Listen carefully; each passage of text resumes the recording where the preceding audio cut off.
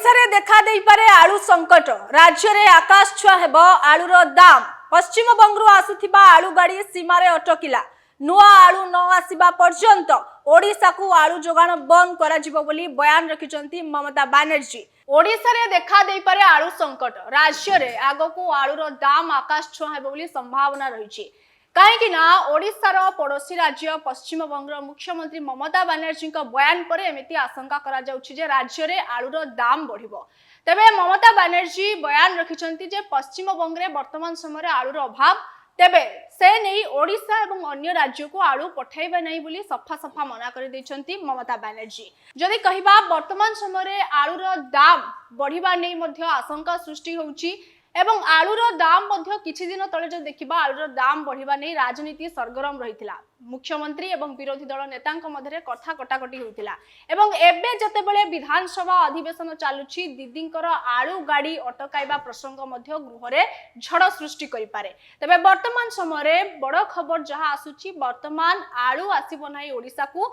पश्चिम बंगरू ओडिशा को आलू आसुनाई सीमारे अटकी रही एवं ममता बनर्जी निर्देश अनुसार पश्चिम बंगरू ओडिशा सीमा को वर्तमान समय आलू आसीबो नाही एवं जदि कहिबा नुआ आलू आसीबा पर्यंत जनवरी एवं फेब्रुआरी मास परे जाई ही ओडिशा को आलू जोगाइबे पश्चिम बंग सरकार एवं ए नै बयान रखिछंती ममता बनर्जी।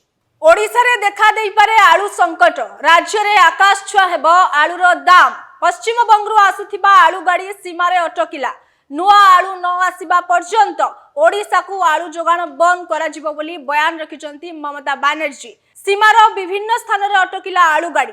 तेबे वर्तमान समय बड़ खबर जहा आसुछि जे ममता बनर्जी बयान पर आज पश्चिम बंगरू ओडिशा को आलू गाड़ी आसीबा बंद हो जाइछि। ओडिशा सीमारे अटकी रहिछि समस्त आलू गाड़ी। जदि कहिबा आलू गाड़ी अटकी रहिछि समस्त सीमारे ममता निर्देश परे गोटे भी आलू गाड़ी ओडिशा को प्रवेश करू नाही। गतकाली पश्चिम बंग मुख्यमंत्री ममता बनर्जी नवान्न रे गुरुत्वपूर्ण बैठक डाकिथिले। आलू एवं पियाजर मूल्य वृद्धि उपरे कड़ा कार्यानुष्ठान ग्रहण करा जिवो बोली चेतावनी देबा परे एभली पदक्षेप निया जाइछि।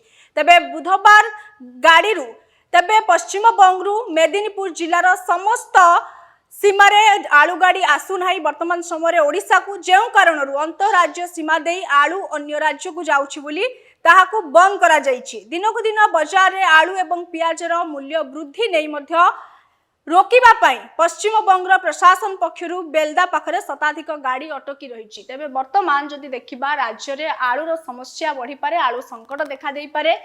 तेबे ए नै व्यवसाय महासंघर महासचिव सुधाकर पंडा कौन प्रतिक्रिया रखुछंती आसंतु सुनिबा। नहीं वर्तमान ए वर्ष ये जो आपण पागर अनियमितता जो शीत जो समय पड़ा कथा प्राय 15-20 दिन पर शीतर प्रभाव अनुभूत होती।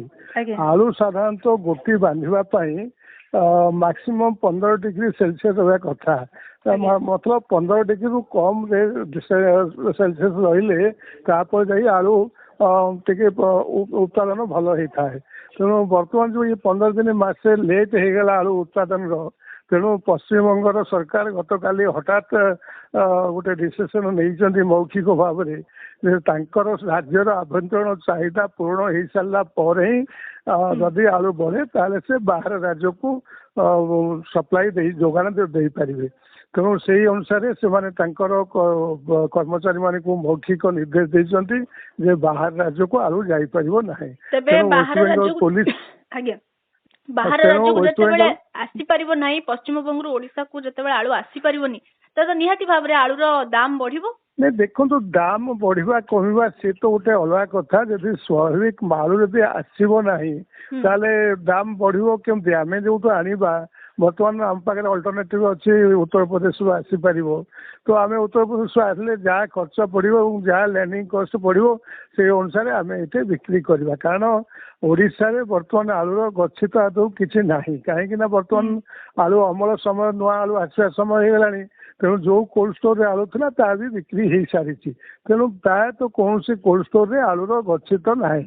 ତେଣୁ ବର୍ତ୍ତମାନ ପରିପ୍ରେକ୍ଷୀରେ ଯୋଉ ଆଳୁ ଟ୍ରକ୍ ଗୁଡିକ ବର୍ଡର ପାଖରେ ଠିଆ ହେଇଛି, ମୁଁ ଆପଣଙ୍କ ମାଧ୍ୟମରେ ଓଡ଼ିଶା ସରକାରଙ୍କୁ ନିବେଦନ କରିବି, ଓଡ଼ିଶା ସରକାର ଯେକୌଣସି ମତେ ସେଇ ଆଳୁ ଗୁଡିକ କେମିତି ରାଜ୍ୟ ଭିତରକୁ ପ୍ରବେଶ କରିବ, ଡେଷ୍ଟିନେସନରେ ଯାଇ ପହଞ୍ଚି ପାରିବ, ତାର ସୁବନ୍ଦୋବସ୍ତ କରିବା ପାଇଁ ଚେଷ୍ଟା କରିବା ଦରକାର। ଦ୍ୱିତୀୟ କଥା, ଯେମିତି ଆଜି ସିନା ଗୋଟେ ଆଳୁ ଆସିଯିବ, ସ୍ୱାଭାବିକ ଯେମିତି ହବ ସେଇ ବିଷୟରେ ଯେକୌଣସି ସରକାର, ସେ ଓଡ଼ିଶା ସରକାର ହୁଅନ୍ତୁ ବା ୟୁପି ସରକାର ହୁଅନ୍ତୁ ବା ପଞ୍ଜାବ ସରକାର ହୁଅନ୍ତୁ, ତାଙ୍କ ସହିତ ଆଲୋଚନା କରି ଆଳୁ ସ୍ୱାଭାବିକ କରିବା ପାଇଁ ସରକାର ପ୍ରୟାସ କରିବା ଦରକାର। ନିହାତି ଭାବେ। ତେବେ ଯଦି ବର୍ତ୍ତମାନ ସମୟରେ ଯେତେବେଳେ ପଶ୍ଚିମବଙ୍ଗରୁ ଓଡ଼ିଶାକୁ ଆଳୁ ଆସୁନି, ସବୁ ସୀମାରେ ବର୍ତ୍ତମାନ ସମୟରେ ଗାଡି ଅଟକି ରହିଛି, ତେବେ ରାଜ୍ୟ ସରକାରଙ୍କର ଏତିକି ନିବେଦନ ଯେ ସେ କେମିତି ରାଜ୍ୟରେ ଆଳୁ ଆସିବ, ପଶ୍ଚିମବଙ୍ଗ ସୀମାରୁ ଓଡ଼ିଶାକୁ କେମିତି ଆଳୁ ଆସିବ, ତା ନେଇ ମଧ୍ୟ ପଦକ୍ଷେପ ନେବା ନିହାତି ଆବଶ୍ୟକ। ଏମିତି ଲାଟେଷ୍ଟ ଅପଡେଟ୍ ପାଇଁ ଆମ ଚ୍ୟାନେଲକୁ ଲାଇକ୍, ସେୟାର ଏବଂ ସବସ୍କ୍ରାଇବ କରନ୍ତୁ।